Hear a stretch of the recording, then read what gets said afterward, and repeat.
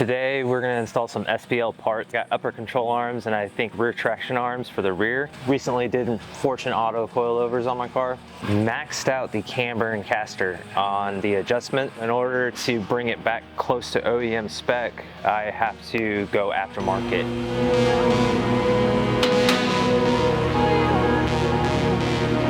So these are the SPL rear camber arms. They all come pre-assembled, some instructions, and of course stickers. Here's the upper control arms. Kind of funny to see because these look so small compared to like working on trucks and stuff. These are tiny. And then I actually bought an eccentric bolt kit. First thing you're gonna wanna do is, this is the driver's side upper control arms. We're gonna remove this bolt right here. And then we're going to remove these two side bolts and it should just come out.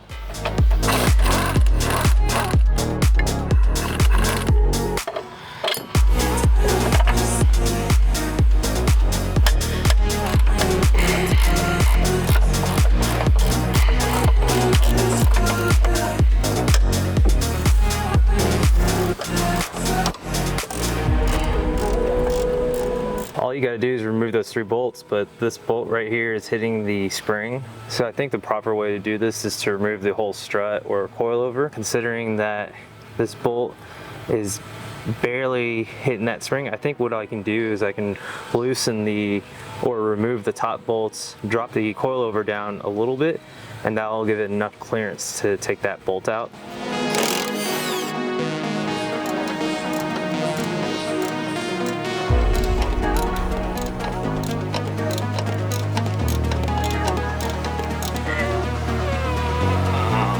Alright, it looks like we're gonna have to remove the strut.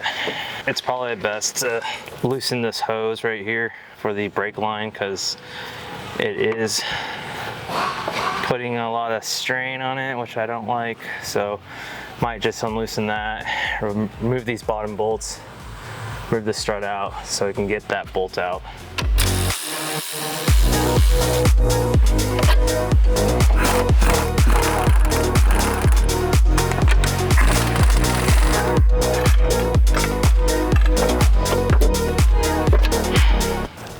We're going to loosen these bolts and that's going to allow us to adjust this in and out basically. So first we need to figure out which one is driver and which one's passenger, and the easiest way to do that is to mock it up with the one that you took out. We're going to adjust these, see if this is going to be the same. It doesn't say in the instructions which one's which. It's kind of hard to really tell, but I just kind of eyeballed it, and what you're seeing is the ball joint in the middle. If it's both relatively in the same spot, which this one looks like it is, whereas this one almost looks like it's off to the left slightly instead of right beneath it, underneath. Once you verified which side goes to which, then what you want to do is adjust the adjusters so that it is close to the OEM upper control arm. This adjuster has two adjustments, adjuster right here, which is left-handed threaded, and an adjustment here, which is right-handed threaded. In the instructions, it tells you that you don't just want to make one full adjustment, you want to have both threads equally threaded out. 5/8 inch is the max you can go here. So what I did was I just unthreaded this to 1/2 inch. It gives me a little bit of wiggle room to 5/8 if I need to. And then here the max is 3/4 of an inch. I should have plenty of wiggle room on here as well. Well, it's kind of about 3/4 of an inch right now. The idea for me is to be able to make an adjustment here once I loosen these bolts and not really have to loosen this one back here. I think what I might end up doing is maxing the back, because in order to make this adjustment you have to remove the control arm, spin it out, and then put it back in. So I think I might just max out the back and only have the adjustment back here. So that's probably what I'm going to go ahead and do. I just realized another way to tell which is the passenger, which is the driver. Right here there's a little hump, and then if you look at this one, it has a little hump as well. Whereas if you have The passenger side, the arch or hump is actually on this side, and there isn't one on this side, so that is another way to verify and make sure that you have it on the right side. So if you notice, these come with spacers. There's a big side and small side. What you want is you want your heim joint here to be centered. You don't want it cockeyed. I think we're gonna have to mess around with these spacers and see if it goes this way or the other way, or maybe one in the inside, one in the outside. I have no idea. So I'm just gonna mock it up and see where I'm at. Looks like this is gonna be flipped around. Yeah, I don't think it goes any other way. I think the smaller ones go on the inside and the bigger ones go on the outside.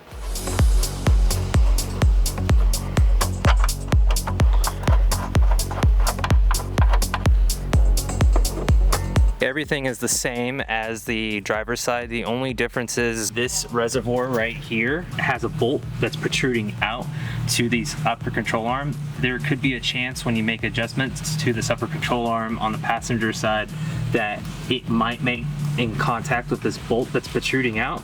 Now all I did was I got a cutoff wheel and I die grind it and smoothed it out. So if for whatever reason I do make an adjustments, it won't come in contact with that.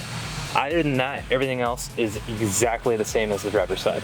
Now let's focus on the rear. I'm going to remove this tension rod, and then we're going to replace these with the aftermarket ones from SPL. These adjustable camber arms are going to replace the ones that we take off in the driver's side.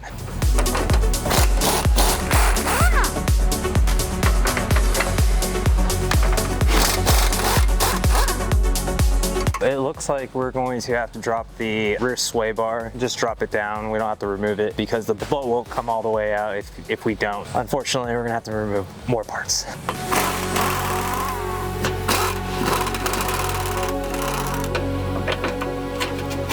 Here's the driver's side, and from what I'm seeing, they're basically both the same. The only difference is this and this. So when I was mocking it up, what you want is this little notch here to be facing towards the rear, because your adjustments are going to be a lot easier, whereas if you had it facing towards the front, it's going to be close to the sway bar and other suspension components, so it might not be easier to adjust. This would be driver's side, and then this would be passenger. We are going to lengthen both of these. This is left-hand threaded, this is right-hand threaded. The max distance that you can get with this would be 5/8, and then the max distance of thread that you get with this will be 3 1/4 of an inch. So I'm gonna do the same thing as last time and get this at a 1/2 inch.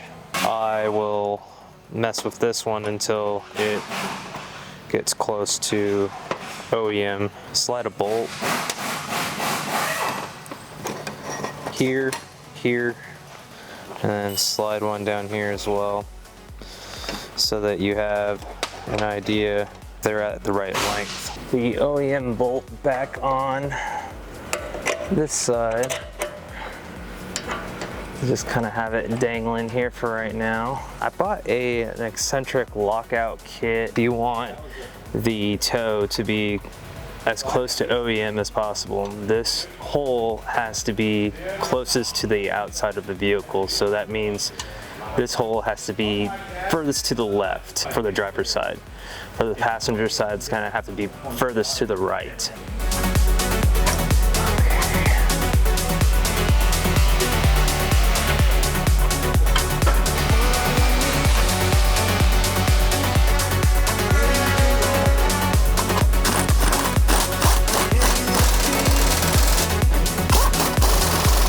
And then just snug these up. We're going to do the same thing for the passenger side. Don't forget to bolt up your sway bar. Now that Eccentic Lockout Kit comes with two different bolts. I use the silver one because it's shorter. I think the longer one is for the lower control arm. In order to use that, you have to have an aftermarket lower control arm, at least that's what it says. I didn't buy one, so I'm not going to be installing that. Maybe that will be in a future video.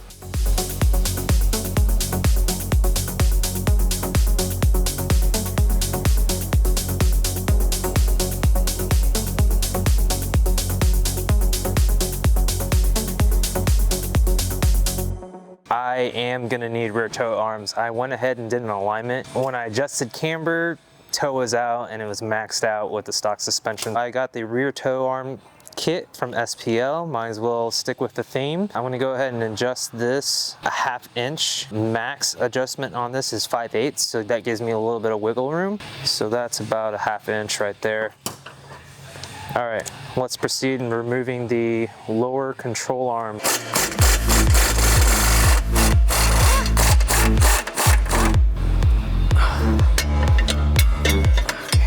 I don't plan on reusing these bolts, so don't mind if I tap on it.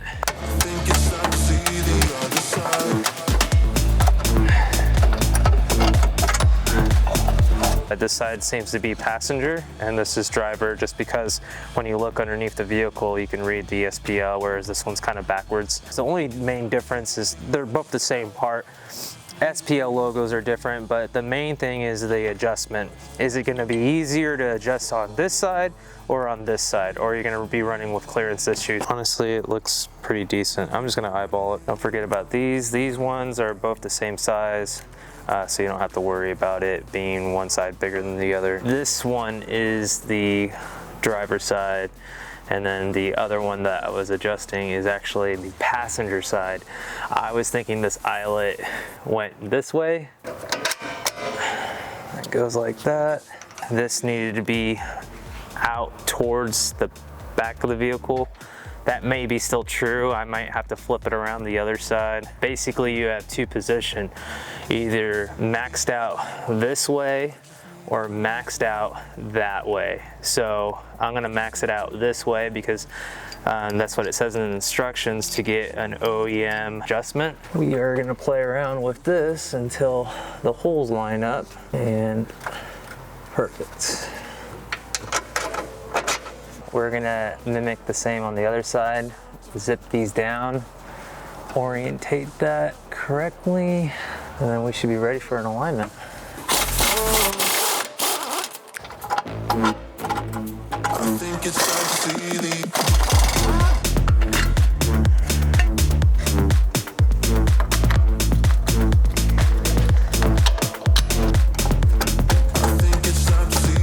other side.